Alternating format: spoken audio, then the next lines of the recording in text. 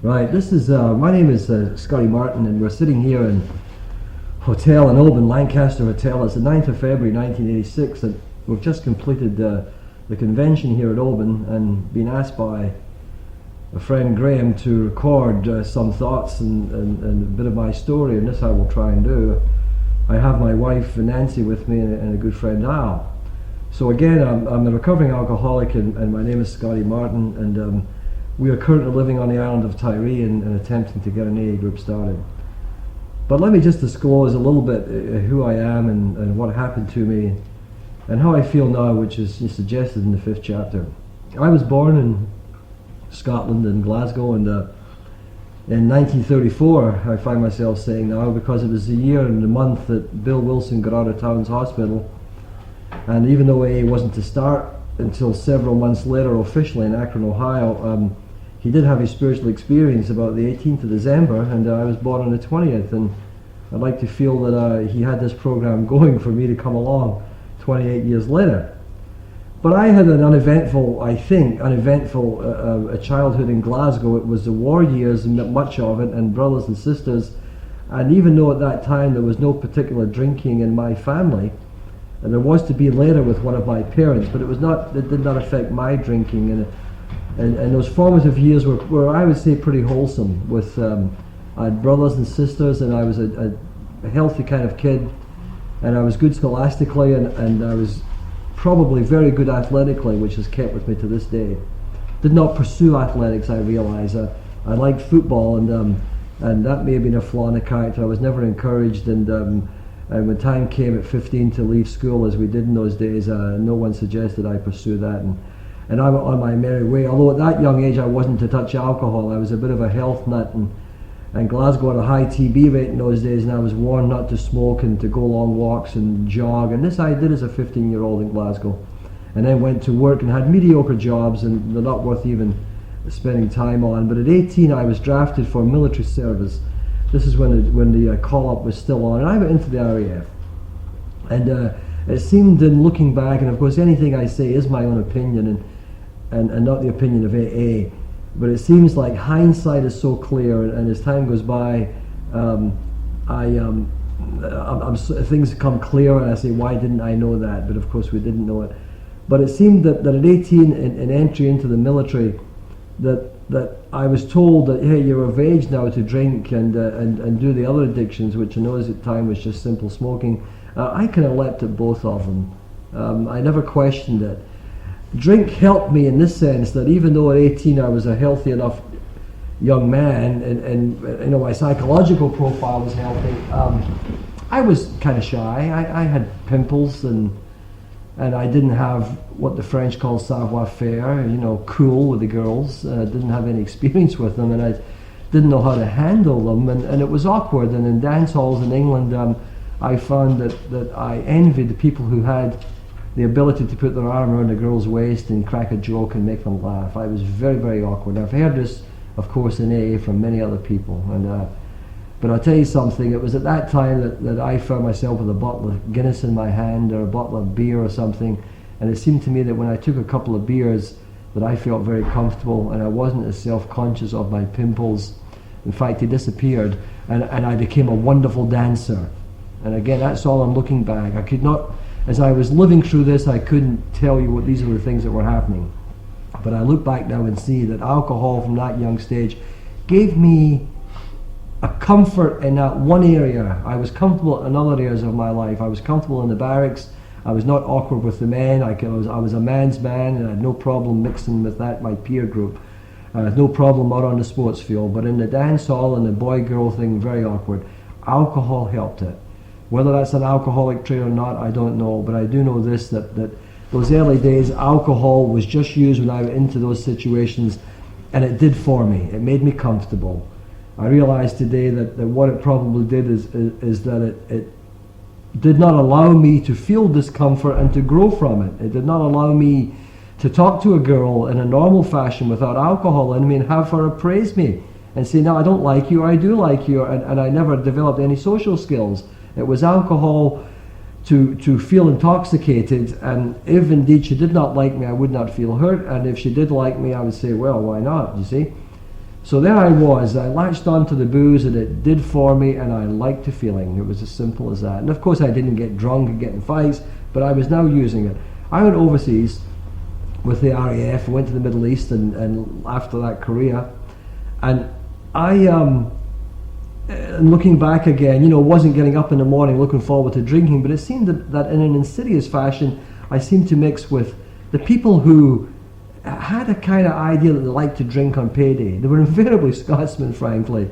There was a few Irishmen in there, but it was invariably the other Scots, the Glaswegians or whatever, who says, let's go out and get drunk. And us jocks would get our pay, and out there we go out into the cafe and get drunk and fall down and do silly things, and they would get tattooed and all the things that young servicemen, I'm sure, who hear this tape have done. But there was an increasing importance placed on alcohol. I was now looking forward to when I could be off duty to have a drink. And in fact, it was out in Egypt that I went into my first jail, and I classed it as a humorous thing. It was in Port Said, and just got drunk and yelled at some Arab or chased him. He was shuffling goats or something, and I ran after the goats and did something silly, and he yelled at me and hit me with a stick, and there was a riot. And next thing I finished up in jail, and I was bailed out by the officer of the day who came down and got me out and wagged his finger at me and told me I was a hell of a man and watched my drinking. And in fact, at that stage I liked that description, that I could hold my drink. And in fact, as an interesting thing happens, I think, in this alcoholic, that in the beginning of my drinking I exaggerated the amount I could drink, and near the end of my drinking, when I could drink that amount that I used to exaggerate, I denied that I had drank so much. So that's an awareness I now have. But so therefore, drinking was, the word they used today was machismo, and it was man's way of living. But by the time I came back to Britain, after several years abroad, I had changed in the sense that I was using alcohol now as a big grown-up person, and I could sit in a bar and hold my own with these guys and get drunk. I never had any years of drinking 2 or 3 drinks and being social about it and got on to play soccer or got on to the cinema. To me it seemed that my style, and I do admit that in Scotland where I've seen that seems to be the style anyway, that when one drank, one continued to drink until one was intoxicated. Now I realize that I just mixed with alcoholics, and that's why I feel like that. But we got intoxicated, and you went to the dance, and if you fell asleep or you didn't fall asleep, that was it. So there was drink, drunk, sleeping, drink, drunk, getting in trouble sometimes. So I was restless when I came back to the UK, and I thought, let me go to the United States, because the movies were showing that wonderful land of milk and honey, and I thought, let me run. I realized I had the seeds of alcoholism in me then, because any place was better than where I was. In my skin, I was uncomfortable. I will admit that there was still austerity on in Britain, and there was no jobs to be had, and I didn't have any particular skills. I went to, and I say I went to the United States, it was a long process, but I will not take time for that, but I went to the United States. I was subject to military draft there, and it was a very fine thing. I went right into the United States Air Force because it was a wonderful melting pot. Went down to Texas to do basic training, and a wonderful thing happened that you Alkies who are listening to this will identify with. I found people who thought the way I did about drinking. And it's amazing, and their accents were Kentucky and California and New York and Puerto Rico, and they were different colors, but they had the same feeling about alcohol as the Scotsman had, and we were immediate buddies.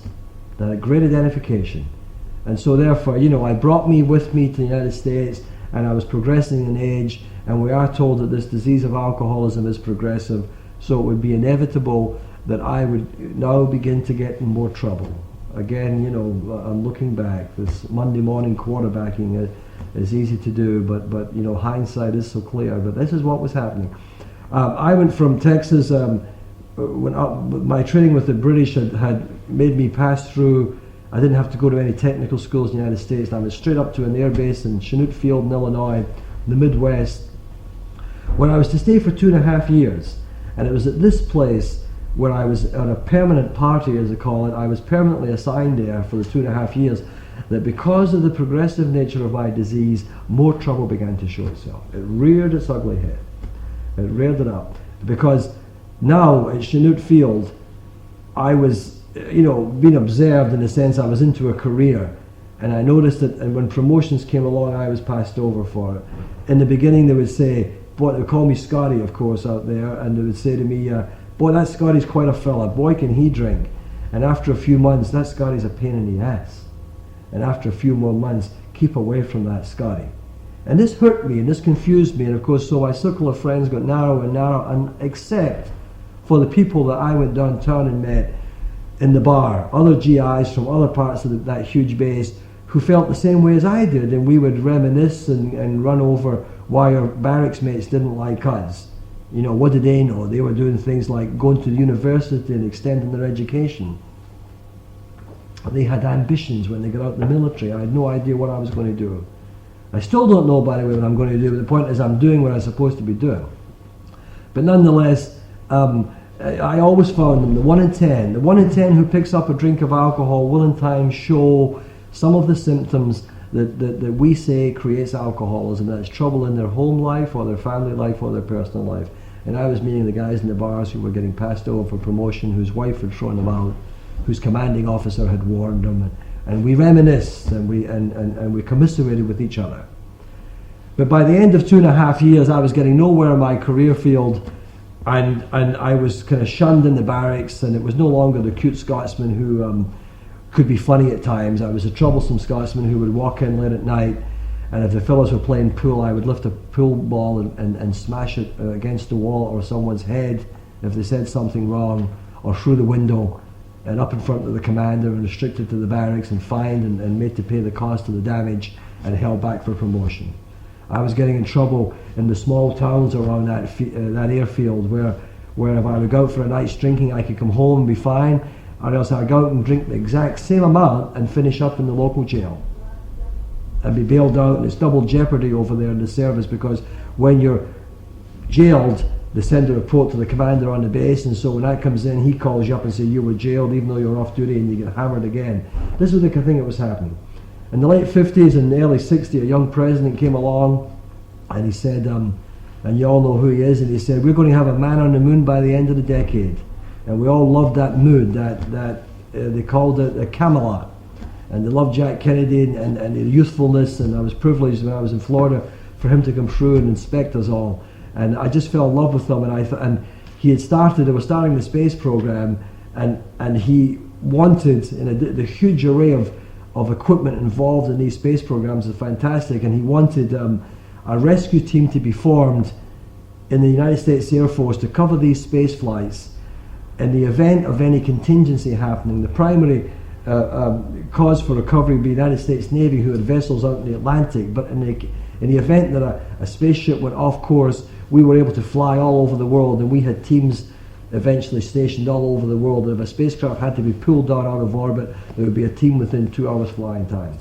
So I looked at this and I thought, I'm at Chinook Field and I'm getting fat and I'm wheezy and I'm a drunk, and I say, I'd like to do that, you know, as our case. And the only qualification I had was a medical qualification. They call it AFSC, Air Force Specialty Code. I was a medical service specialist, and NASA, National Aeronautics and Space Administration, wanted someone with my AFSC to volunteer for this, but they also wanted that person with that medical specialty to be able to do certain things that I certainly couldn't do. But I thought, I can do them, put my mind to it. And that was basically, I had to go through the jump school at Fort Benning, Georgia, had to go through underwater school with the United States Navy at Key West and up at Little Creek, Virginia, had to go through psychological testing with our own United States Air Force and into survival situations in the Panama Canal Zone. And so by the end of all these courses, there was a tremendous washout, and many people washed out for legitimate health reasons. They could not tolerate underwater, or they could not jump out of airplanes, or they could not pass the battery of psychological tests. They cracked up. And the wee Scotsman got through these things. You know why? Because he was sober. He had put his mind to this idea that they were telling me I was a drunk, and I will show them. And many of you might identify with that. And so with each graduation, I said to myself, nothing wrong with me. It was Chinook Field that made me drink like that. Now that I'm going to be on flying status with this rescue team, and I'm going to be covering presidential escort stuff and space liftoffs, and man, I've got everything. I am well served now. I feel good about life. You see, by this time I was beginning to feel depression, a word that was never in my vocabulary. It's only now, as a sober person these years that I realized that alcohol is a depressant, and of course it depressed me. So this gave me a great lift, and cut through this, I graduated, and I was now in a new rescue team making more dough, but more than the money, which really was the least thing, it was the prestige and the glamour that this afforded me, that nursed this bruised ego and made me feel good. And when us boys walked into the PX that you call the NAFI here in the British services, walked into the PX, man, guys moved back a little bit. We just swaggered down and got our stuff and sat down because we were the boys. We were tough, apparently, you see. You know, I loved that. I loved that swaggering. I'm embarrassed now about that, but I really loved that feeling. Guys kept away from me. It was the esprit de corps was tremendous. And so for a couple of years then, that would be 61 to about 63, I did some good work. I covered a space shot. I covered all the early Mercury shots. In fact, I was very much involved. That was the John Glenn, the Alan Shepard, and the Gus Grissom. And I covered the Scott Carpenter shot. And in April of 62, Scott Carpenter, supposed to have landed up near Bermuda, where the USS Carney was sitting, but the retrofire on his rocket was about 2 seconds. The burn lasted 2 seconds longer than it should have. And when you're traveling at 17,500 miles an hour, 2 seconds is about 200 miles. And so he went way down range, and he landed in our lab. I was sitting down in Roosevelt Roads, Puerto Rico. We call it Rosie Roads. Any US people listening to this will know that. Rosie Roads, Puerto Rico. And I was sitting there nursing a hangover. I'd been in jail in San Juan the night before, and I just got out by bluff. And I went back up to the base with a tremendous hangover. And when the space shot went off, I was dressed, it was April in Puerto Rico, but still very hot. I was dressed in a diver's wetsuit, and I had my own weight, which was about 160 pounds, in on my back, equipment, tanks, first aid, life raft, signal flares, weight belt, scuba tanks, parachute, reserve chute, and I was just like, I couldn't, and I sat on the runway nursing, drinking a big can of fruit juice and smoking as I did in those days, and nursing a tremendous hangover, figuring, let's get this space shot over and I can get this stuff off my back. Instead of that, he was lost. He landed in our lab, so we were pulled into that, and there was a lot of, and so, you know, that's what happens in life. You always got to be prepared. But it was good in a sense, good and bad. It was good in the sense that we did what we were trained to do, but I was brought up to New York, the team, and shown off to the television people, and they had shows over there at that time called What's My Line, and another one was I've Got a Secret, and I laugh now when I say I sure as hell do have a secret, I was a drunk. The other one was To Tell the Truth. They would put three people up, and they would say, this man picked up an astronaut, and this man picked up an astronaut, and this, and they would say, which man is it? And I'm sure you've got the same shows here. You have to guess who's who. And of course, they had maybe two big California giants sitting on either side of me, bronze people. They had me sitting there, and they probably thought I was a mail clerk or something, and that was the idea. And this was marvelous for me, a little fella out of Glasgow, to be doing this kind of glamour stuff. I thought was glamour. But of course, you know what happened. At this stage of my drinking, when I picked up a drink, I picked up a drunk. And so therefore, it says somewhere, they unearthed some stones in China a while back. I mean, in the 50s, they got them out of communist China and brought them over to Hong Kong, and they brought in British and American experts, because there was hieroglyphics on these stones, and these experts came in who knew all about Chinese dialect and languages, and the best translation they could come up with when they unearthed these stones. They were about 3,000 years old apparently, or 3,500 years old, very old, and they looked at these stones and brushed them off, and they all got their heads together and they said, you know what this says? It says, man takes a drink, the drink takes a drink, and the drink takes the man. And that was me at this stage of my alcoholism. So even though I was doing what I thought was exciting, glamorous things, I was a time bomb. And I blew up in New York, and instead of making some of those commitments that I should have made, I was being entertained by people in that business, in that public relations business, who had cousins who were Scotsmen, or they'd been in Scotland during the war. You know, wonderful, effusive, friendly Americans who loved this Scotsman who was in the American service, doing wonderful things. And so they embraced me, and I loved it, and I got drunk and didn't make my commitments, and the Air Force flew me out back to my base, which was Goose Bay, Labrador, and said, what the hell did you do wrong? They were confused. On one hand, they were proud that I was able to do it. I only did what I was trained to do, by the way, so it was no big deal. But the squadron was proud that they'd been pulled in on this rescue thing. On the other part, they were confused that why would he do this? And I no longer had the answers, because at this stage of my drinking or my alcoholism, I didn't want to do that. I wanted to do what I saw the other people doing, having a couple of drinks, and they sometimes got drunk. And they went back to the barracks. Or they went back to the hotel. But Scotty was always looking for another high, looking over. You know, if I had a drink in my hand, it wasn't that drink I was thinking of. It was there another one behind it. I know all this today is my disease, and in these rooms we share this, and we see the heads nodding, and this is what's known as identification, you know. But I didn't know it then. It was very, very painful. And so they told me when I got back to Goose Bay, we got to punish you for this behaviour. And what they did was they grounded me. They took me off flying status, took me off any space shot coverage for a few months. And this hurt my ego tremendously, because I no longer could put on my flying suit. And I spent those months kind of hanging around the barracks and being a bit of a handyman. And it bruised the ego. I also lost my flying pay, and being a Scotsman, you don't like to lose money. But seriously, it was not the money, it was the ego that was bruised. You know, they say in Alcoholics Anonymous, Dr. Harry Tebow, one of A's early medical friends out of Greenwich, Connecticut, he helped Marty Mann get sober, or he was impressed by Marty Mann's sobriety when she told him she was going to AA. And Harry Tebow became an early friend of Alcoholics Anonymous. And Dr. Harry said that any alcoholic that gets well has to have a reduction of the ego at depth.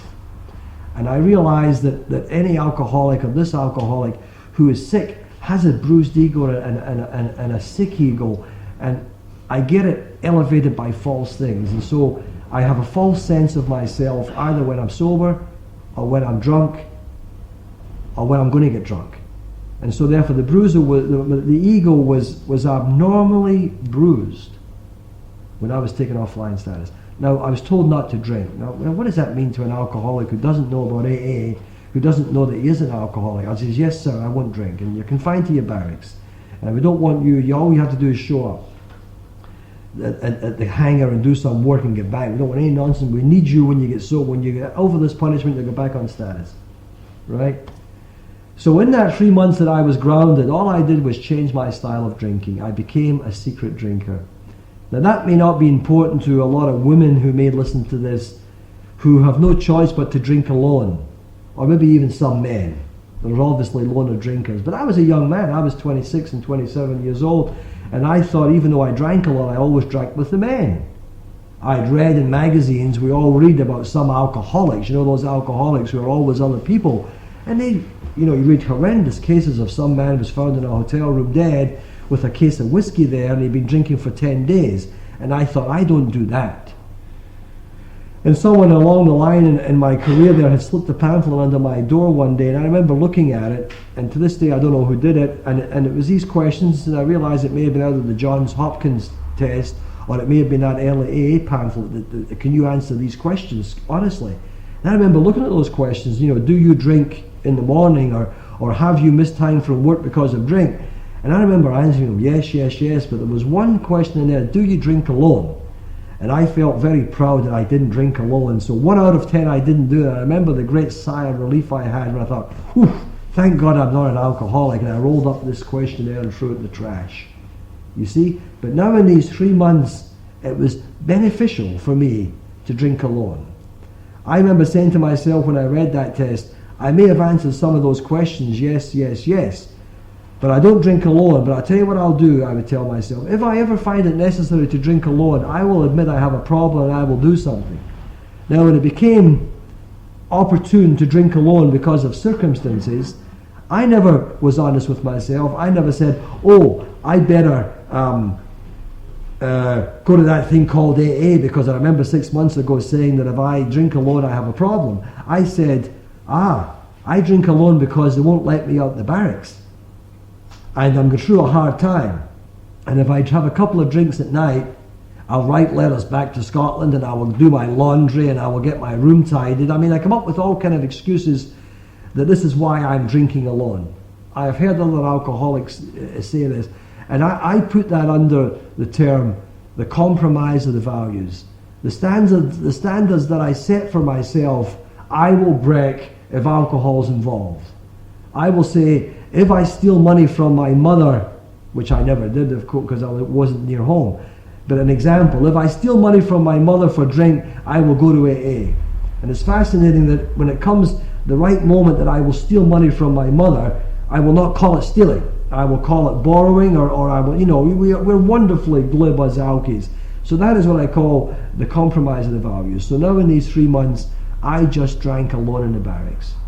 I also got a hold of some sleeping pills because I couldn't sleep because I was so upset about not being able to fly, and people were asking me, why are you grounded, Scotty? And I hated to tell them I got drunk in New York, and I was very confused, didn't seek help, of course.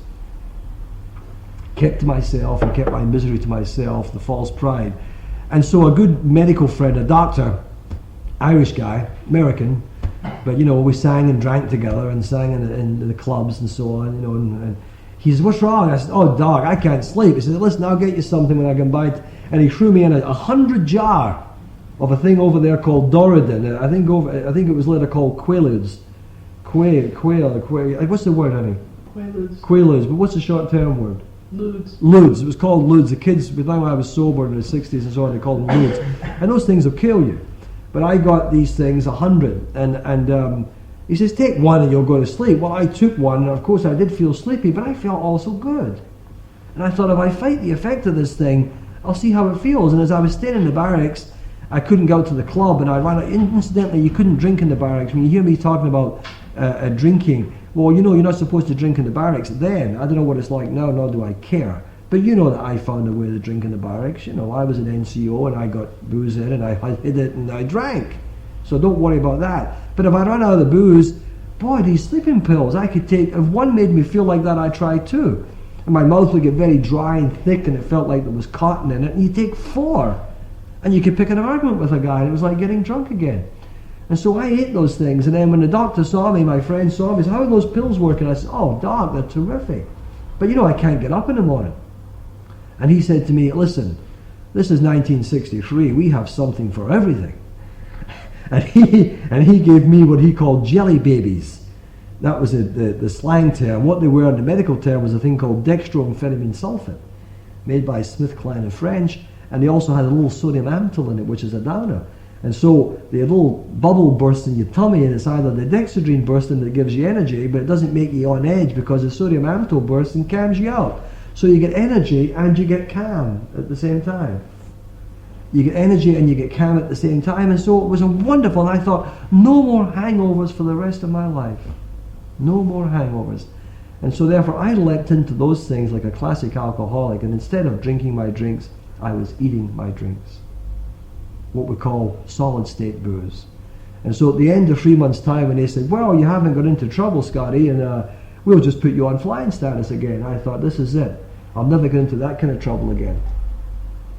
And so the first flying job was not to cover a space flight, but to join a crew who were going to go down into Andrews Air Base in Washington to take some civilian State Department and Defense Department types and military officers too, up to a lake in Canada to do some fishing. A place where you could fly over, drop in young trout and go back a couple of years later and they'd grown and no one had been in there. It was virgin territory. We had a seaplane, an old Albatross, SA-16 they call it. And so I went down and met this crew, and my responsibility on board was called para-rescue. I was in charge of all the rescue and survival equipment. I was in charge of the medical equipment because I was always basically medically trained. And so I met the crew, and it was, we shook hands and, small talk, professionals, and got these people on board, and off we went. Uneventful. And people were good, but when we got there, it was cold up there compared to where we'd taken off from, and these State Department types couldn't wait to get out in the little old aluminum boats they had, and do some fishing, and fishing has never interested me at all. And so I set up a camp. My skills lay in that area, I thought, I'm not going to be living on trout the whole trip up here. I want to get some meat. And I brought along a survival rifle, and there was deer up there and other stuff. And I thought, we'll mix this diet up with some meat and things. I'd also brought on this trip I brought on this trip a 40-ounce jug of whiskey. Not because I wanted to get drunk and ruin my Air Force career, what it did, but because on the list of things that I could take, if I remember on the manifest, it says, one could take whiskey. In that military language, blankets each 2, rifles each 4, and so on and so on. So on. And it said, U.S. bonded government whiskey, each 40 ounces, and I had been in the service a long time, and I says, that's for me. And I requisitioned it, and I threw it in my B6 bag with no intention of drinking that stuff. Never thought I would drink up there. But it seemed when we got there, and I set up camp, and they were enjoying themselves, and the rain squall came up, and they got wet, and they came ashore. And now I was about 28 years old at this time, and these guys were old men. They were like 40, you know what I mean? And that usually gets a chuckle because I'm well over that now. But they were wet and cold, and that's when I remembered the whiskey. And I said, gentlemen, I have some spirits, which is allowed, and would you have some? And some decided to have some and some didn't, but Scotty had a drink. And if I couldn't drink well at age 18, I couldn't drink well at age 28 with the progression of my disease. And that drink brought me to these rooms. What happened was, in my court-martial report states that it said, Sergeant Martin acted in a strange and bizarre manner. And what had transpired was that I remember thinking as I picked up the drink, I gave them a drink and I walked into my tent and I thought, I got a sudden resentment. I thought, I'm doing all this darn work and those fat asses are out there fishing and having a good time and I deserve a drink too. And I took on a sudden resentment against people who had done nothing to me to qualify me to have the drink. I remember unplugging it, putting it to my lips, popping the cork in again and throwing it into the cloth B6 bag I had. Before I hit the bag, I grabbed it. I said, no, let me have another one. And I don't remember much more. Amazing, with just 2 drinks. And I realized today that it's because I was in such poor health. The 3 months I had been grounded, I'd been chewing on those pills, I had not been eating, and I was a walking convulsion. And I don't remember much else, but I remember getting intoxicated with those few drinks and thinking, I'd better get out and get away from here because I don't want to get in trouble my first trip. And I took the survival weapon out and headed out into the woods. It was woodsy and mosquito-y too, by the way. And I remember someone calling my name, and instead of going around and talking to them, I thought, they know I'm drunk. And I do remember turning around and pointing the rifle at them and over their head and firing a few rounds. The court-martial says that I pointed the weapon at them and fired. There was 2 rounds discharged, and I was charged with trying to shoot these people.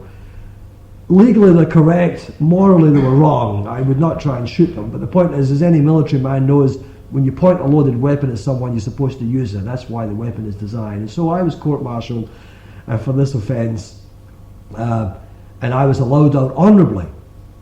And I used to think it was July of 1963, but it was June of 1963 at McGuire Air Base in New Jersey. And I was given 10 cents a mile to get into New York, and it's only about 50 miles, and so I probably had $5. But I had some money that they had saved up for me over the years. I had probably about $1,800, which I thought would last me a lifetime in 1963. And I came in, allowed into New York, which was my port of entry as an immigrant several years before. And I threw my bags in the railway station and looked around town. I knew New York because I come in there and I had relatives there, American relatives there. But I thought, let me get a hotel room and think out what I'm going to do with the rest of my life.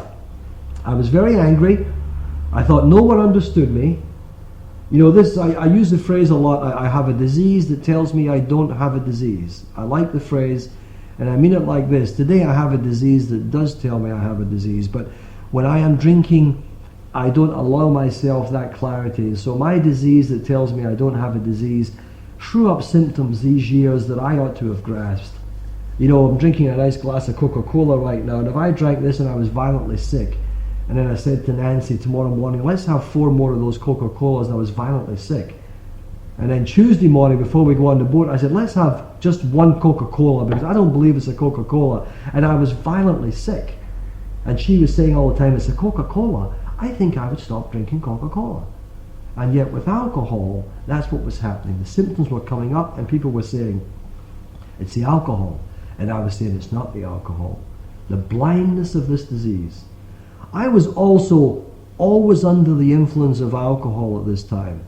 Now by that I mean I was either drinking it, or I was recovering from it, or I was anticipating when and where I would drink again. You see? So I wasn't always drunk.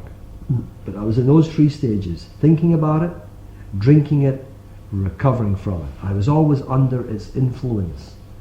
And so therefore there's an angry young man in New York who checked into the hotel and picked up a drink again to decide what is he going to do with the rest of his life. Is he going to go back to Scotland and be angry at the United States? Is he going to go down to Florida where people knew me as an underwater guy and knew that I could do some good work? I never drank when I did underwater work, and he said, Scotty, if you ever get out the service, you look us up. And there was an outfit down there who were doing underwater photography and some other stuff. Well, I could get a job.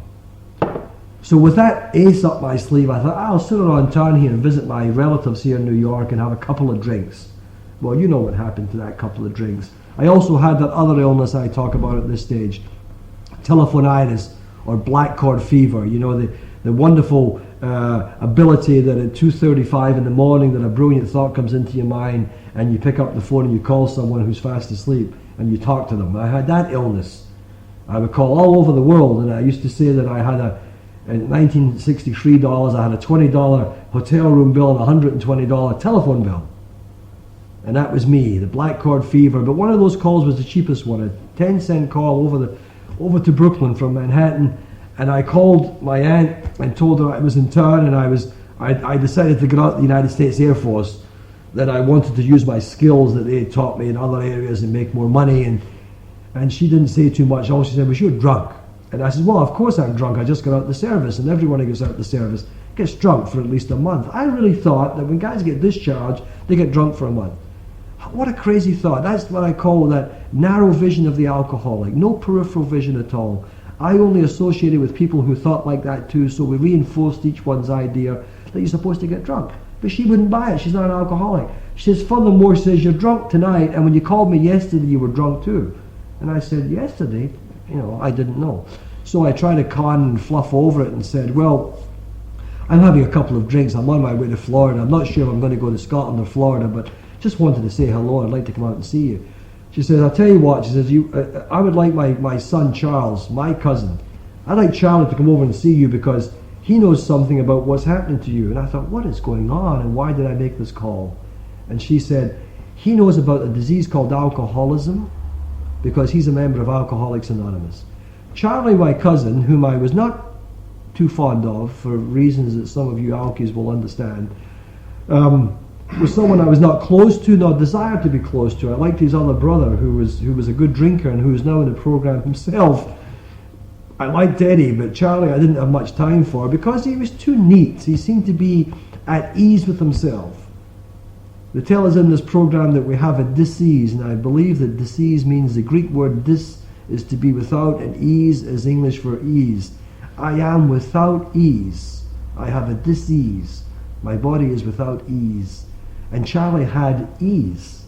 And Charlie had an ability to look at you and make nice eye contact and smile. And I didn't like this when she said, he's a member. I suspected there was something going on. And when she said, well, will you speak to him? And I thought, well, it's my mother's sister. And I really don't want to offend her. And I realized I don't have a problem. I drink like this, but I don't have a problem. Yeah, I'll listen to him. I also felt like saying to her, would you ask him to bring a bottle up to the room and maybe a carton of cigarettes because I'm out of them. At that stage of my drinking, it was even very difficult to make small decisions like, shall I bathe? Or shall I shave? And I could make a clutter of a room. I could be in a room that was spotless, and 2 days later, the ice bucket is melted, the water's melted, and the cigarette butts in the ice bucket, and there's an empty under the bed, or there's under the bed there's a bottle with a little whiskey in it. But if I go down there, I feel as if my head's going to burst, so I can't go down there. And my arm can't reach it. All those things that old, young, 27, 28-year-olds go through? That's what age I was, the prime of my physical life, and these things are bothering me. So I was in a terrible state.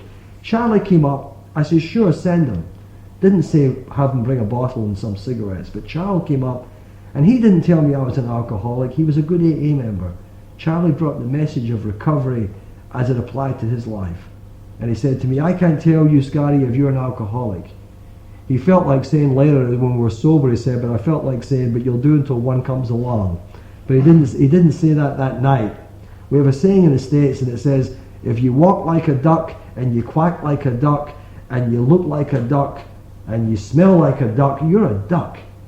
And of course I was a duck. I looked like it, I smelled like it, I quacked like it, But he just said, I can't tell you. He says, but I can tell you this, I'm an alcoholic and I was in a lot of trouble and you look very familiar. That's what happened to me. He said, look, I've got to go to business. There was Mr. Clean Cut Charlie with his attaché case, and he had a job downtown, and he was sober 7 years, and he was 28 years old, and I was 28 years old, and I was sober no time. And he was 21 when he came in, and that was a long time ago. There was very few 21-year-olds coming in 1956 or 7. This was 1963 now, and he was 7 years sober. And he said, I love it. It's done something for my life. My family's together again, and so forth. He says, here's the number of Intergroup.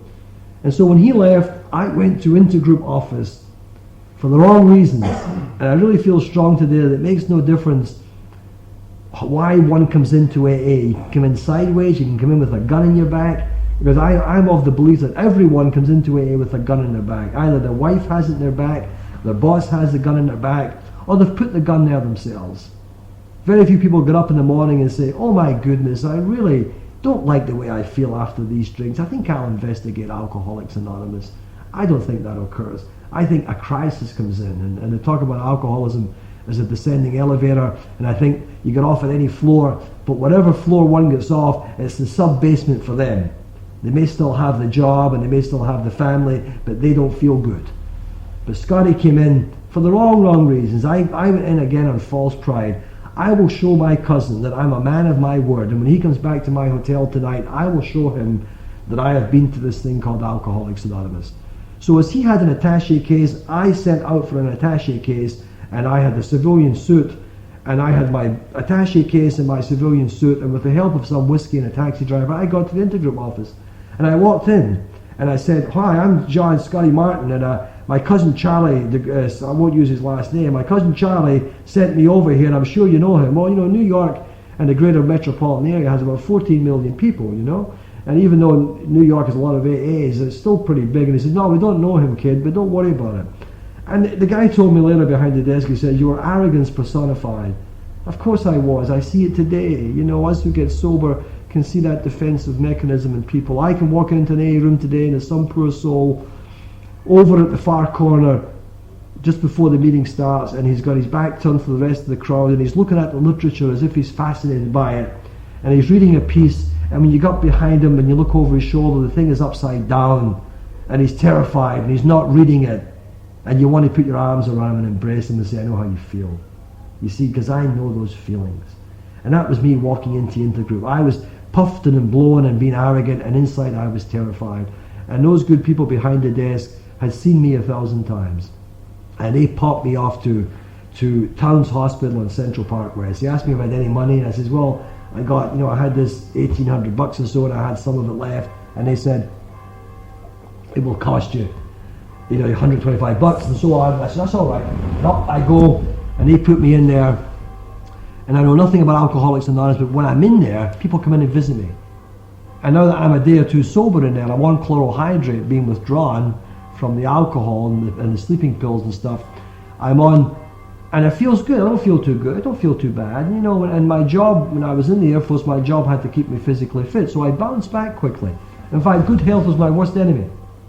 I often think for alcoholics, and this is one of my own bizarre thoughts, and it's my own opinion, that alcoholics ought to have a year of ill health and no job and no money when they get sober, because it gives them a good base. Sometimes the worst thing that can happen is that you get a good job and your wife takes you back and your health bounces back. Sometimes. But that general thought of, we're going to give you bad health for a year and no job for a year and no money, but don't drink and go to meetings, and then all the things are going to come in a year later, and then that way you've got your feet on the ground and your perception has changed and your value system has changed. But I didn't know that. I went in and I got well in Towns Hospital with the help of chlorohydrate. But when they said to me, listen, you need some more help, you want to go away to a farm, we have called drunk farms or dried out farms, and there's one up in Connecticut called High Watch. And as I was going nowhere, I still was going to go off to Florida and do underwater stuff. But I thought, well, I've got time, I'll go up there. And off I went, and I was landed up there after 5 days detox in Towns Hospital. And I was let off up there, and the guy drove away, and I looked around me, and it was like a little holiday camp, I thought. It was sunny, and it was August, and they met me, and they took me down to what they called a chicken coop, and they said, this will be you. And I noticed one thing, there was no 28-year-olds there. I was young then, and I just saw older men kind of shuffling and older ladies, those trying to act bright and, they kind of wasted away and a muscle tone had gone in them. And I noticed those things and I thought, my God, I've made a mistake here. I got to get out of here. And when they put me in what they call the chicken coop, there was a whole bunch of old guys there sitting hunched over the bed, playing cards, and looked up at the kid coming in, and we share our war stories a little bit, and they said, well, welcome son, you'll be all right, and you listen to these people now. I thought, it's okay for them to say that. They've been here 20 times and they're telling me to listen to them. The old pros that know everything, every trick in the game except how to stay sober. One of them was a guy called Ebby Thatcher. The name didn't mean a thing to me. All I noticed is that Ebby wore a black suit that was shiny in need of a cleaning, and the knees and the ass was shiny, and he was a constant smoker, and he had the most dreadful cough. I didn't know the word emphysema then, but I realize it today, 20 odd years later. It's an equal opportunity illness. Women get that now because they smoke. But I didn't know that then. And all I thought was, what a distressing bunch of men. I've been used to mixing with young military men. This was bad. But they said, go on over and get a cup of coffee in the mess hall. And I went over there and I looked around and my eyes spotted a couple of people who were not over 40. And one of them was a gal I was eventually going to marry. She had arrived a few hours before and she had her hair all done up. And to my eyes, she looked pretty. And she was pretty, as a matter of fact, realistically, even though my lovely wife is sitting here, she was, she'd been a model in New York, and her career, like any of us, had taken a dive because of booze. And I latched on to her, and we commiserated about each other, about what happened and how no one understood us. And so for the 2 weeks we were up there, we just played cards and played footsie under the table, and developed an immature love because, the blind leading the blind. And developed an immature love because, the blind leading the blind. And when they warned us not to meet when we get to New York, but these people, what do they know? And she left with her parents a few hours before I did. And when I got to Manhattan, I got on that phone and I was up in her apartment in 2 hours. And within 24 hours, would you believe we were drinking? I mean, after 2 weeks up on the hill up there and high watch and getting well, we were drinking. They had told us that we could never drink socially again, and in that case they were wrong. We did drink socially. We drank socially for about 2 or 3 hours. And then the cops were at the door again, her parents were over trying to throw me out, and I was jumping over the banisters and doing parachute landing falls off her couch, and just general chaos. And her family whipped her away back to that drunk farm, and I was running out of funds rapidly, and I was allowed to wander the streets. The New York cops were very understanding. They were kind of paramilitary themselves, and they didn't arrest me. They said, it's okay, kid. They'd seen everything. Just get out of the apartment and leave the lady alone, and off I went, and bounced around. And that's very vague. I went out to Brooklyn to visit an aunt, and it's all very vague, and I could put it together, but time doesn't permit it. But in essence, I went up to Connecticut to visit a sister, and got off at the wrong station, one station down the line, and into a bar there and that kind of stuff, into jail. She gets me out, into a state hospital, into the place where I often say that the rooms, when I walk in those rooms, they had architectural deficiencies. The doorknobs were on the other side of the door. I didn't have the ability to light my own cigarettes, and the biggest privilege in those places is that after 3 or 4 days, they let you out of that architectural deficient room and they put you in a day room with other people, and they light the cigarettes for you. And then when you really graduate, they give you a box of matches. And I thought, what have I come to? And all the time they're pumping about AA, about AA, about AA. AA works. And I am disgusted with this repetitious language. But because I'm in the position at this stage now, this is now into September 1963, and because I have no ideas where I'm going to go for the rest of my life, I don't have even the airfare to go back to Scotland. I get out, discharged back out to New York. I get 30 days jail in Connecticut for a bar fight, and I don't have the money to pay it, so they suspended it if I get out of town. I had a watch that the National Aeronautics and Space Administration had given me, a very good Omega underwater watch, and I pawned it in Bridgeport, Connecticut to get money to get a bus to get into New York. This lady friend is in the drunk farm again, and I have nowhere to go. I go to the YMCA. And I have a couple of dollars left out of the 30, and I as drunk, as sick as I am, I need that to sleep in that place. And so therefore we all carry our own Bowery around with us, and that was my Bowery. And I just kind of wandered the streets during the day and didn't particularly eat and didn't drink because I couldn't afford it, but didn't go to AA.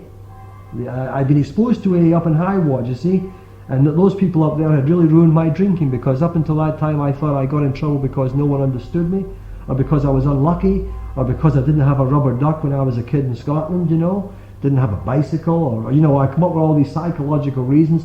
But those people in AA, as you people here would tell me, was that, Scotty, you get in trouble because you have the disease of alcoholism, that your behaviour will be unpredictable, that one drink is too much and 1,000 are not enough. And so therefore, having that knowledge, I was no longer innocent, and I hated AA for taking away my deliberate naivete about disease of alcoholism. I could talk about anything. Like most alcoholics, it was not in my vocabulary to say I don't know. I knew about everything, certainly in the bar. I'd learned baseball scores where I didn't know the game. I could tell you that Joe Louis fought Tommy Farr, and I could tell you, you know, all the stupid stuff that is useless today, but I had to know that in a bar. But I didn't know about alcoholism, but I knew about other medical things. I was medically trained. But like most alcoholic physicians today, they don't know anything about alcoholism, because why do they? So my innocence had been taken away, and I hated that. And I bounced around the streets for that last 6 weeks. And in late September of '63, that lady friend, Glendora, got out of High Watch Farm. I met her at Grand Central Station. She says, tip the red cap.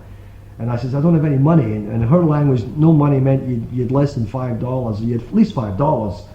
And I says, look, when I say I have no money, I mean I have no money. And so she gave me a couple of quarters to give to the red caps. And that's how, and then I went to the New York State Unemployment Office, and because I was an honorably discharged veteran, I qualified for unemployment benefits, a big $28 a week. But in 1963, $28 could get you by if you lived in the YMCA at $2.75 a night, and I did not suffer. I've had more pain many years later when those figures changed in my favor, and those numbers were big, and it hasn't brought the relief I thought it might have brought in 1963 when I had nothing. So let me put that on the record. It wasn't bad, because the wonderful thing that happened was I came back into Alcoholics Anonymous, and it began from then. The 29th of September 1963, when this fellowship, non-critical, embraced me again. I went back to the group where I had been for one meeting before I got drunk with Glendora, and I had a whole tale made up, being a pathological liar. I was going to tell him I was off in Detroit doing a job, and one guy said, oh, how you doing, Scotty? Had you been drunk for the last 6 weeks? And he did me a favor, because I had written a whole script that I was going to say at this group. The massive ego thought that whole group was sitting on their hands waiting on the Scotsman to come back. And so my head, talk about xenophobia, my head thought that they are sitting waiting, so I better tell them a story that I've been away and I'm sorry I haven't graced their group. But they've been going on for the last 6 weeks, and one guy looked up like, hey, how you doing, Scotty? How'd you were drunk? Because I had this script written up. And never write scripts. I never write them since, because if you write scripts about what you're going to do, you better make sure you mail copies to everyone you're going to meet, so as they know what to ask you. They never said, you were drunk. That was it. I said, that's right, you got it. Well, sit up front and don't worry about it. Come on, sober one day at a time. And that's how it began, right? I got sober one day at a time. They said, if you don't pick up one drink for one day, you can't get drunk. And I thought, that's simple, I understand that. But it's so simple, it's ridiculous. I mean, can I take it for a month? They said, no. Can you shave for a month? Can you comb your hair for next Tuesday? I said, of course not. You groom yourself daily, right? Yeah. Well, groom your sobriety daily. You get up in the morning, you read this little 24-hour book we're going to give you for nothing.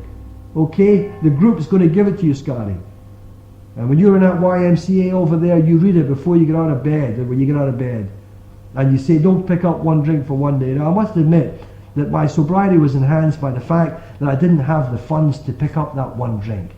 And again, that's when I come back to the idea that to be bereft of all material things for this alcoholic who's speaking is okay. Because I have a feeling that in those early days, if someone would have recognized my brilliance and said, oh, we've a wonderful job for you, we're going to fly you back to Scotland and you're going to be the Anglo-American officer at Holyloch to sort all this trouble out, and it's going to be $50,000 a year and expenses, I would have leapt at it and I'd have been drunk or dead today. No jobs come down the pipeline. How wonderful. So I spent those early months, I wasn't to work for 8 months. And then when my New York State, 6 months, my New York State unemployment ran out. It's interesting how I got a job. Because they don't extend the unemployment over there. You get 26 weeks and it says, sayonara baby, you better make it somehow. And that's good for me. Because I, with my disease, will take. I am a taker. And in Alcoholics Anonymous, I think we become givers. But the point is that those early months were wonderful because I didn't drink and I went to meetings and I listened to this new language and I had the same feelings that many drunks have, is that they have a hell of a habit of repeating themselves. And I heard that yesterday. And I wish they would accelerate this course because I'm younger than these guys and they probably have brain damage. And you know, why don't they just whip ahead to other things and get this over with? Why do they keep talking about drink? Why don't we crack some jokes? I know a lot of dirty jokes. I had a lot of years in the service and I got some good jokes. They weren't interested, you see. They kept saying these old plain mundane things. If you don't pick up a drink, you can't get drunk. And pay as much attention to your sobriety as you did to your alcoholism.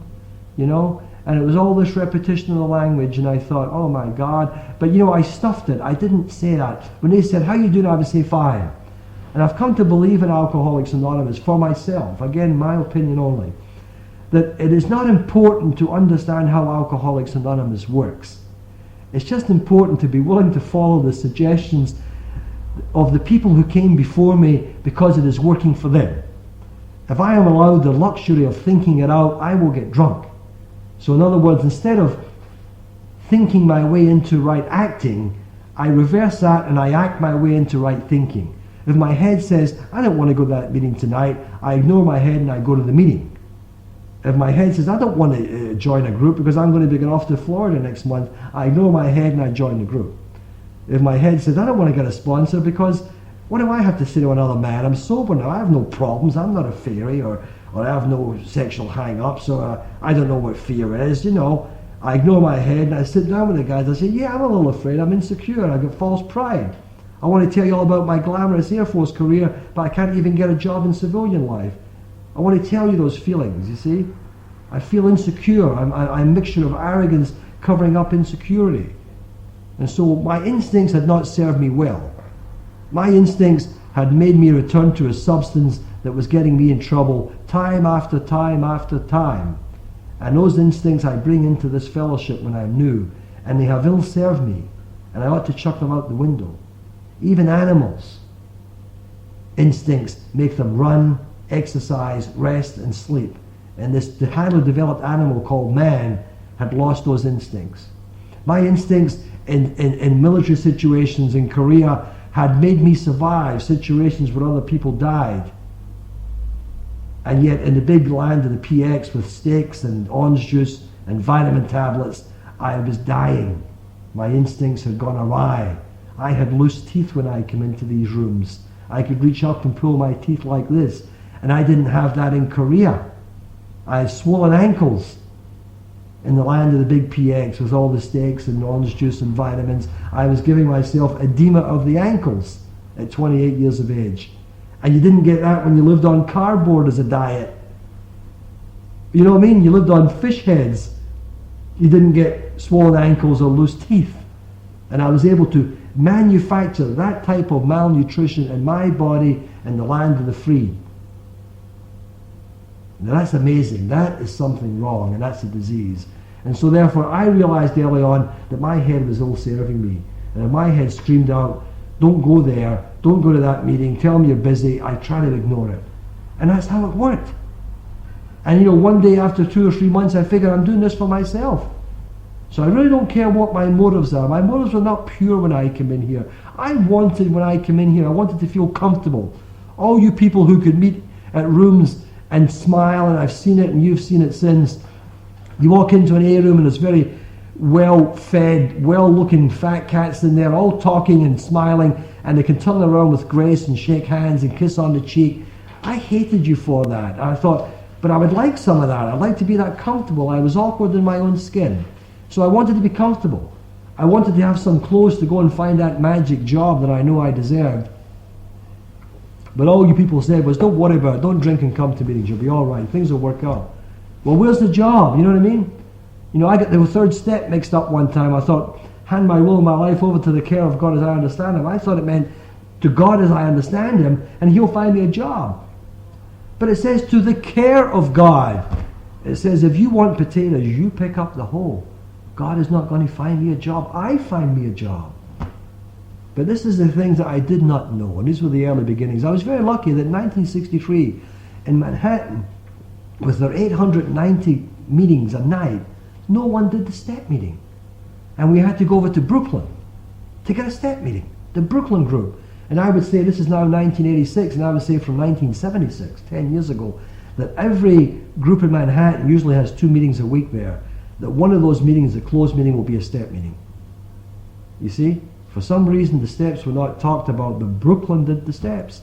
And so I was taken over there by my sponsor, and we listened to the steps, and I said, well, I'm coming on the 11th step. I don't know anything about it. He says, don't worry about it. The language won't hurt you. You're at an AA meeting, and just sit there and listen. I need help too. I'm going to get something. On the way back in the car, I'll talk to you about it. That's how I got well. I got well on faith. I got well on hope. And a job did come along after a while. You know, I got a job out at the New York World's Fair in 1964. They talk about, you know, I thought I'm going to get a job in the underwater show. Billy Rose had an aquacade there where you had all these mermaids, and you know, I was going to be the sea hunt guy, the Mike Hunt. I don't know if you had that show over here.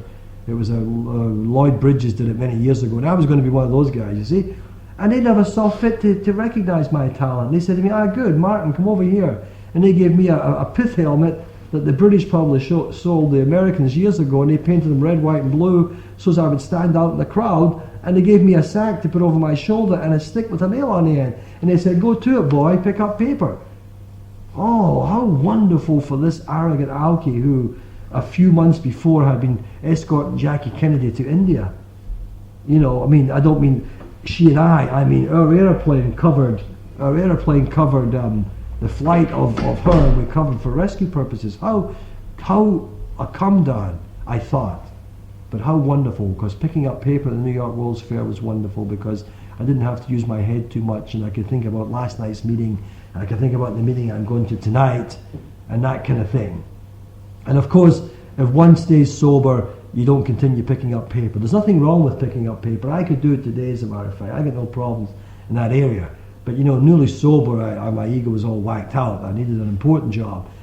But you know, skills emerged and time passed and opportunities presented themselves. And within a short period of time, within the next season, the 65 season, they had me in charge of all the maintenance of the fair. And that was a nice stroke, only for my ego, but I didn't get anything that I didn't need. It was, the time came and I did the job. And when that fair closed, they offered me to take me up to Boston to, actually Nancy's from Boston. There was a new building opened up then called the Prudential Insurance Building that Nancy's familiar with. And it's the tallest building up there, and they wanted me to look after the maintenance of this thing. Now what a wonderful thing for me in my recovery. I went to my sponsor. I said, I'm not sure if I want to go to Boston. You know, I live in New York and my group is here, and it means more dough, of course, but now 2 years later, now I'm back to what do I do? And he says, well, what do you want to do? I said, I want to stay in New York. I said, okay, don't worry about it. Thank them. Always keep the door open. And I turned around, I went down to Wall Street, and I got a job as a clerk in one of the banks there, and I learned the business of stocks and bonds, and as in a clerical position there. Within a couple of years, when President Johnson was giving us guns and butter, you know, and there was a lot of dough flying around, I took my skills and sold them to another broker, and did what I was supposed to do. You know, there's nothing in Alcoholics Anonymous that says that you can't make an income. You know, there is no virtue in poverty. And so therefore, maybe the good Lord says, if you have a skill, go after it, go for it. And the American society says that it compensates you for what you do. And so, you know, things were good in that area. But more importantly, things were good in my area. You know, they talk about the steps of the program. The only step I can take to perfection, and we never use that word in Alcoholics Anonymous, but I'll use it, is the first step. I can take that to completion or perfection. The other 11 steps are steps that I can work on for the rest of my life. Another thing in that area is that in looking at the steps when I first saw them, I thought, and I said this last night, so bear with me, but it's a true statement. I thought, my God, what do these people want from me? You know, I saw these things, these suggestions, but they are personal musts for me. And I thought, my God, what are they? They look like a combination of the Ten Commandments and a major portion of the U.S. Penal Code. And of course, instead of that, they've been stepping stones to freedom. They've been wonderful, and it's the steps between 1 and 12. that make me free. Many people in their innocence and their well-meaning go from step 1 to step 12. They get sober and they practice that wonderfully well and then leap out and try and help other people, and I think that's good. Those instincts are good, and I think at the level of an AA meeting one ought to do that. But for personal growth and recovery, you better look at the steps in between 1 and 12 if you want to be free. And that's what I've discovered over the years. These things are not. Bill Wilson calls his house up in Bedford Hills, New York, stepping stones. How appropriately. Stepping stones to freedom.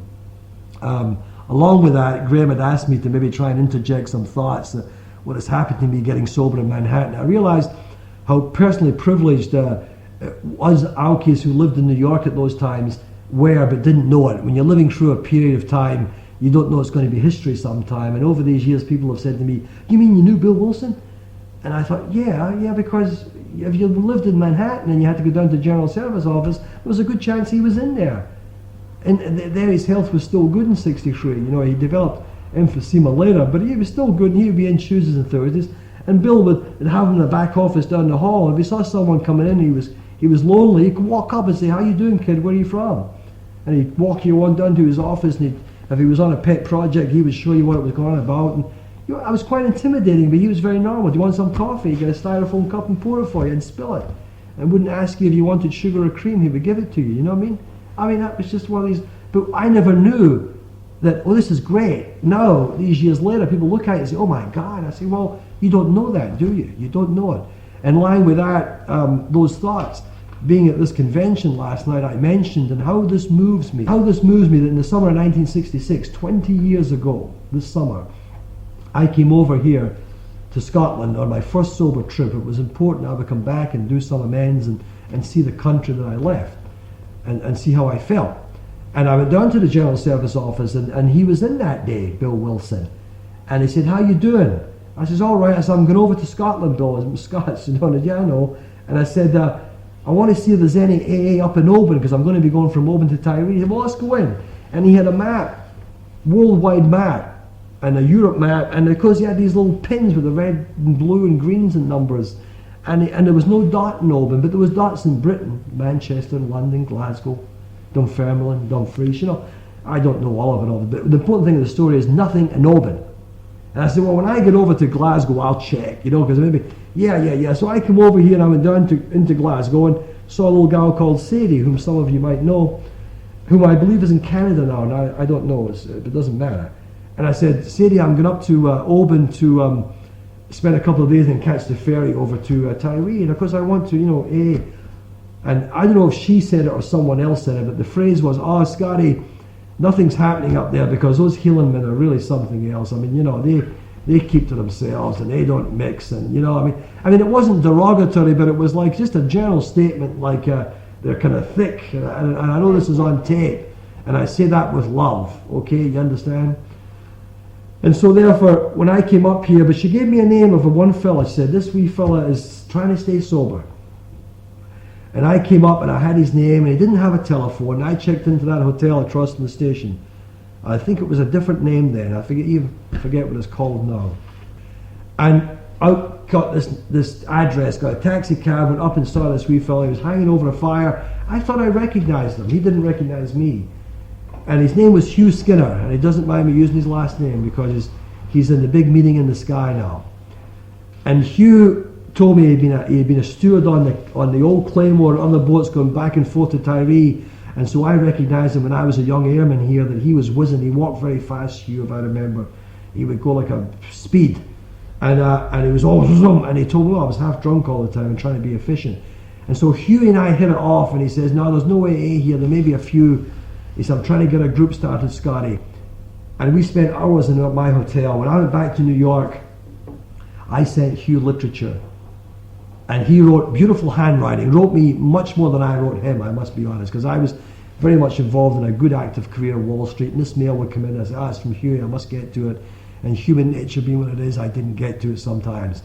But the thrust of the story is this: I came back 11 years later in 1977, that's when, and we drove in here in the summer of '77 with an American actor friend of mine who would be recognizable and was to Huey and other people, because Huey was a little bit in show business. And I thought, I wonder if AA's in Oban. I was here 11 years ago, and I wrote to a guy, but I didn't keep in touch. And I called up people and said, yeah, there's a meeting up in the Chest Hospital, or the West Highland Hospital, whatever you call it. And we went up there, and Huey walked out with another man called Alistair, who apparently was the number 2 man in Oban, and that is just an historical fact. And he recognized me. I no longer had the crew cut, but I had the hair longer, and he recognized my friend, the actor, from his professional life. And we had a wonderful meeting up the hill that night, and they, of course, had grown in these thick, lovely healing men. And you look over that convention last night, and you see 500 or 600 people there from all over the west coast of Scotland. Yes, Alcoholics Anonymous grows in the West Highland character. There's room for it. And that gives me great, great thrill to have this. And so therefore, that was the 66 trip. And Scotty stayed sober. Scotty got married to that model gal. And we were married for about 17 years. I got divorced for the reasons that other people get divorced, or other reasons other than either partner getting drunk.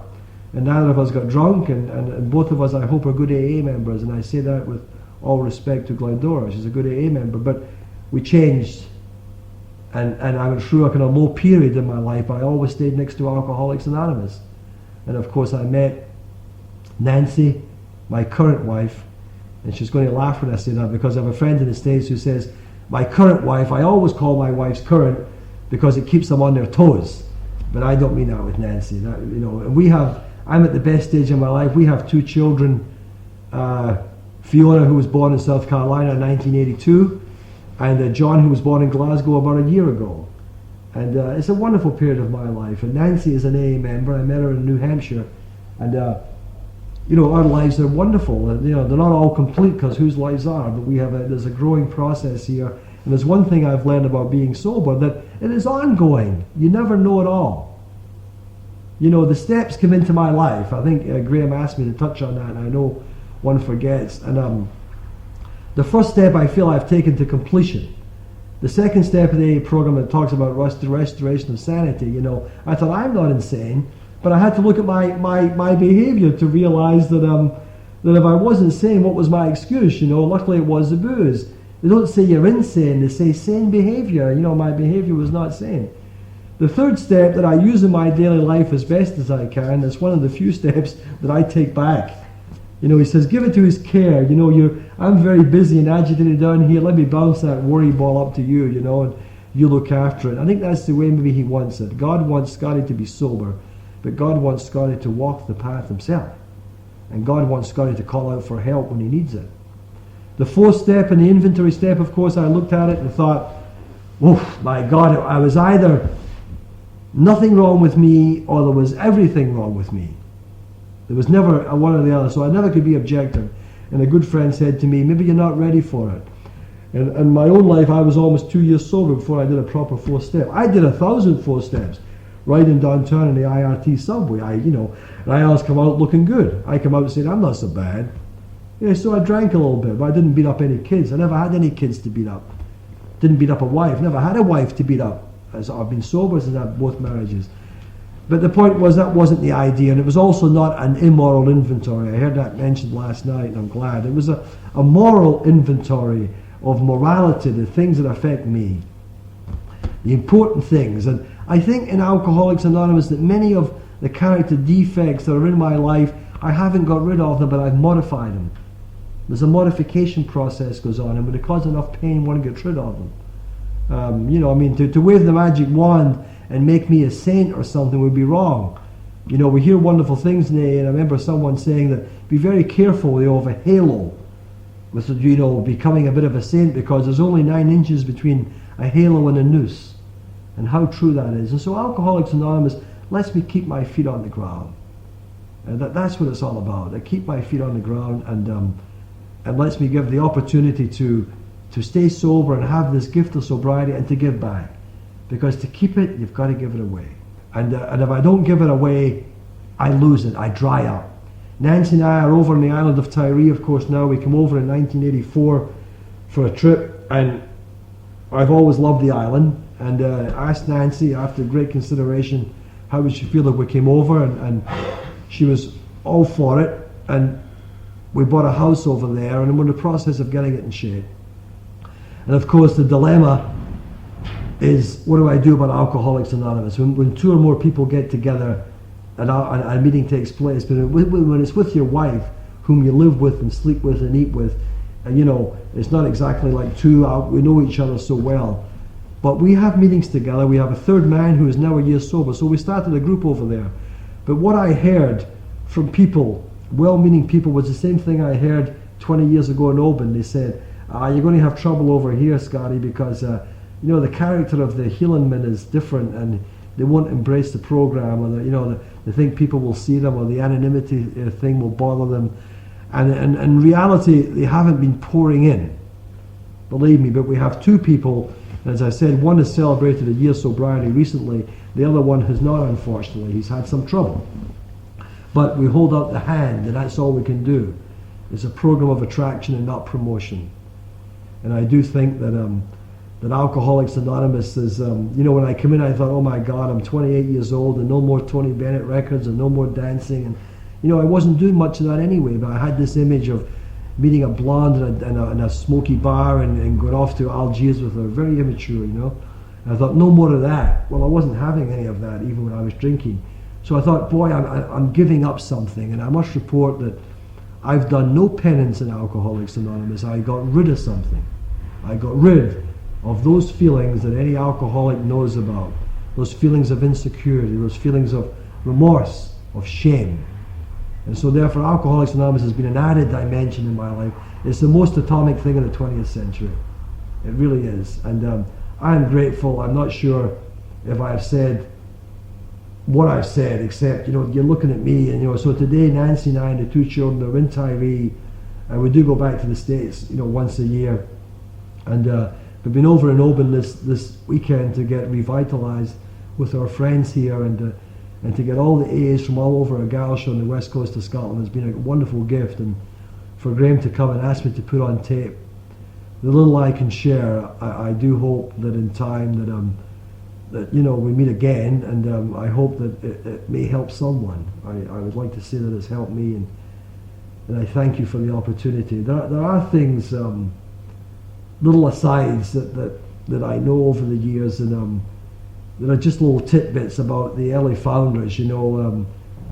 And I don't want to end on any note that is vague, but we adore Bill Wilson as we should, but Bill has a terrible problem of trying to keep people from putting him on a pedestal, and there was always incidents that came up that made Bill very human. And I know an old friend over in New Rochelle, New York, called Cookie Wall, and he came up to my house in Connecticut a couple of years ago. We were talking about Bill Wilson in the early days, and he said, you know, he says, that old Wilson's all right, he says, but when he went for that John D. Rockefeller dinner, he didn't have any new suit on. He wanted to impress those bankers, you know.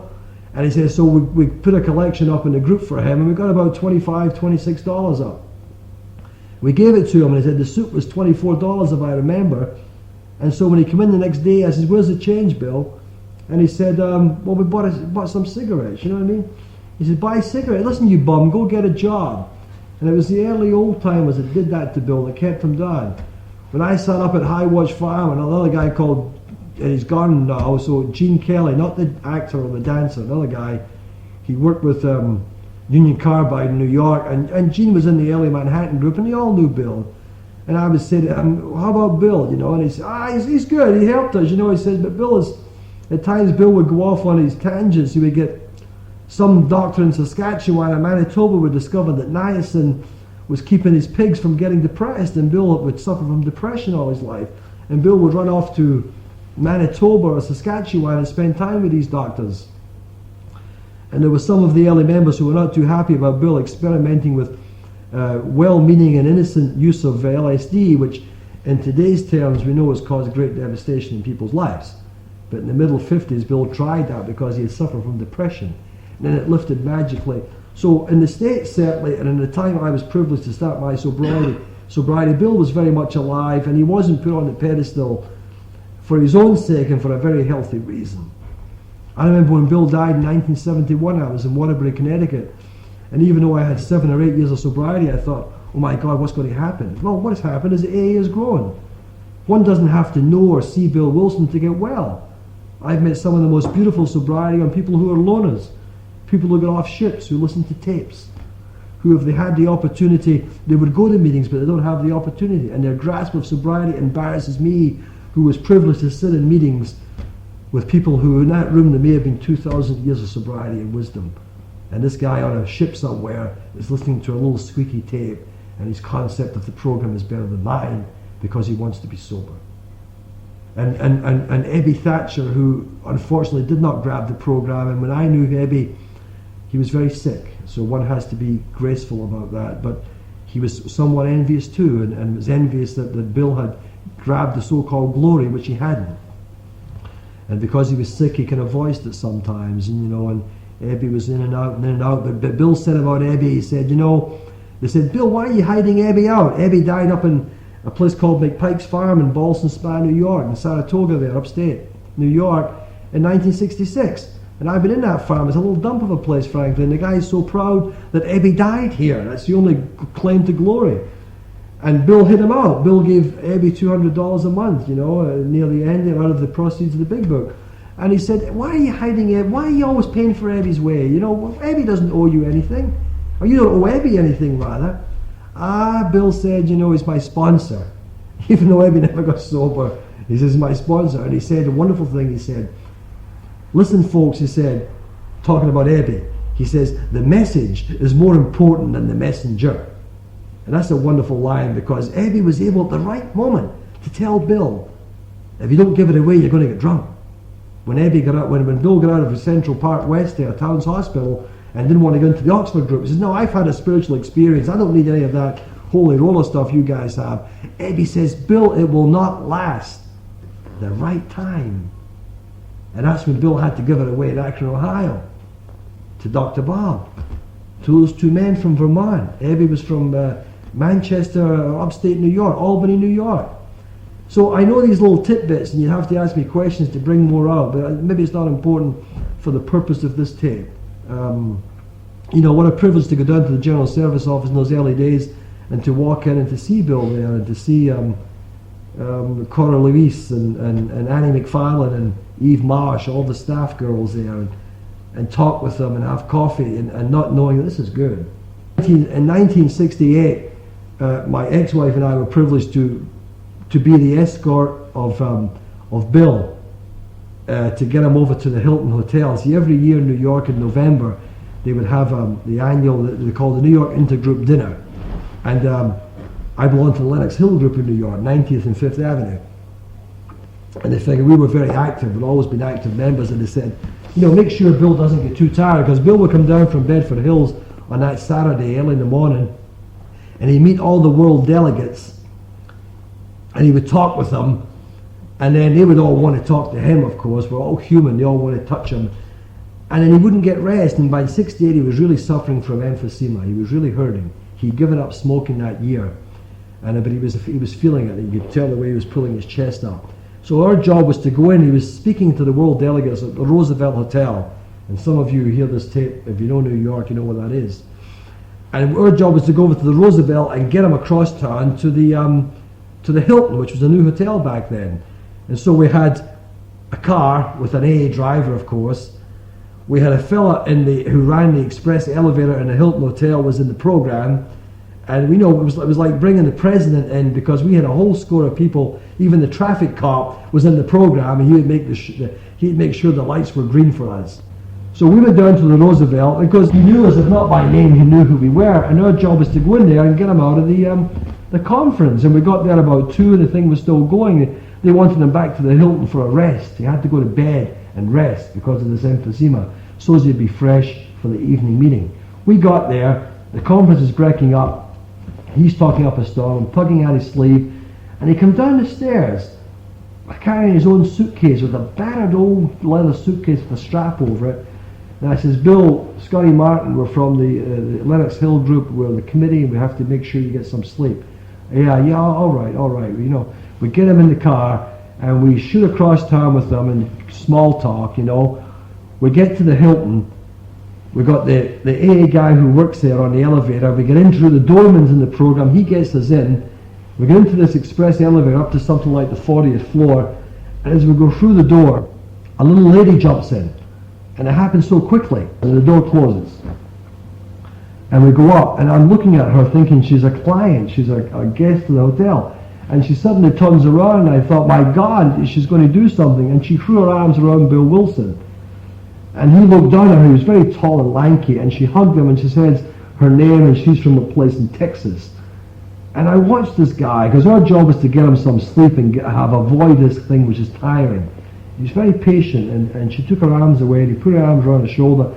We got off the elevator, and we walked down the hallway with him, and she was crying, this little lady. This had made her day, all the way from Texas to New York to meet Bill Wilson. And he was patient. That's a nice...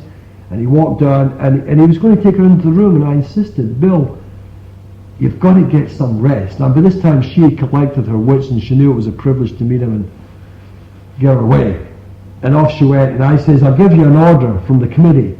We want you in this room now. It's about 3 o'clock now. We want you in this room till 4:30. 90 minutes, rest on the bed. Yeah, he talked like that, you know.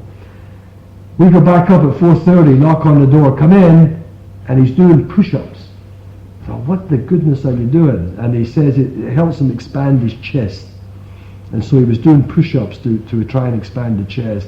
But he would never give himself the rest, because on the way down the elevator, there was all kind of committees running around, and Channel 11 in New York, WPIX, knew that the big convention was in town, and they wanted a couple to do an alcoholic get-together thing, and they would respect the anonymity and have us in shadow. And they were going to take Glendora and me to do this thing. And we thought, well, we have to go. And Bill Wilson wanted to come along. I mean, I don't know whether he liked the glamour of it, which I'm sure he didn't, but he was willing to do anything. He had no idea of how to rest, or Bill would dress in a blue sock and a red sock sometimes. And Bill would... he was never exactly a great dresser, you know what I mean? I say that with great love. Let's put it, he was never vain, would be the best way to say it, to the extreme. He never knew what he had on. And we said, no, you can't go down and do the TV show. It was good, a nice feeling to give him orders, and we did it with love. You cannot go down to do the TV show. You have to go in there and see the committee, and they have instructions for you. And, but Bill would do things like that. He was very human, as he should be. Bill wanted to convert to Catholicism at one time in his life, and said that said only because I think he had no faith prior to that. He was very impressed with Father Ed Dowling and the St. Louis Jesuit fellow, and he wanted to, and other members, including Catholics in those members, told him not to, because he felt that it might be misinterpreted, and he often thought maybe I missed that. Another time he was going to be made Man of the Year in Time magazine, 1962, I believe, and don't hold me to that date. It was either 58 or 62, but Man of the Year, that goes to Churchill and Stalin and Roosevelt and a Nobel Peace winner, and they're going to give it to our co-founder. And they had it all done because Time magazine had its share of sober alcoholics in New York, and they would do it correctly with anonymity, and they would have the shadow and the profile, and it would have Bill W. And that was one that he really wanted to do, he says, because this magazine goes out to all over the world. There's an Australian edition, a British edition, and it would touch so many people, and should we do it? And the good friends that he had said, Bill, it would be good this time, but the only danger is someone else along the line, some ball player or some movie star is going to say, well, Bill broke his anonymity last year, and my feelings that I could do a lot of help by saying I'm an alcoholic in AA. So he respected the tradition of anonymity, almost in times to his own detriment. He had broken it away early on, but he didn't know any better. And near the end, that was so valuable not to break that. And these are just kind of anecdotes that pop into my mind, you know what I mean? And now, these years later, people looking at you and saying, oh my God, how privileged you were. But it never kept me sober. What keeps me sober? If I had the moment of grace in Oban, I would be sober. If I had the moment of grace in Calcutta, I would be sober. It just happened to be in New York. And I was fortunate that I got a good start because my group, or the group I belonged to, believed in activity in Alcoholics Anonymous. They believed that you get into it. You don't sit on the outside, you get involved. And my instincts would be to sit on the outside because I'm a loner. My illness made me a loner, and I walk into these rooms with that attitude, and it's the good people who say, hey, come on kid, get in the middle here. It's a participation thing. And they believed in sponsorship, and they believed in giving it away. The best way to give it away is activity. And they believed in the steps, and they hammered you away. Have you done your 4th step yet? Have you made amends? I don't want to see your list, but you look at your list.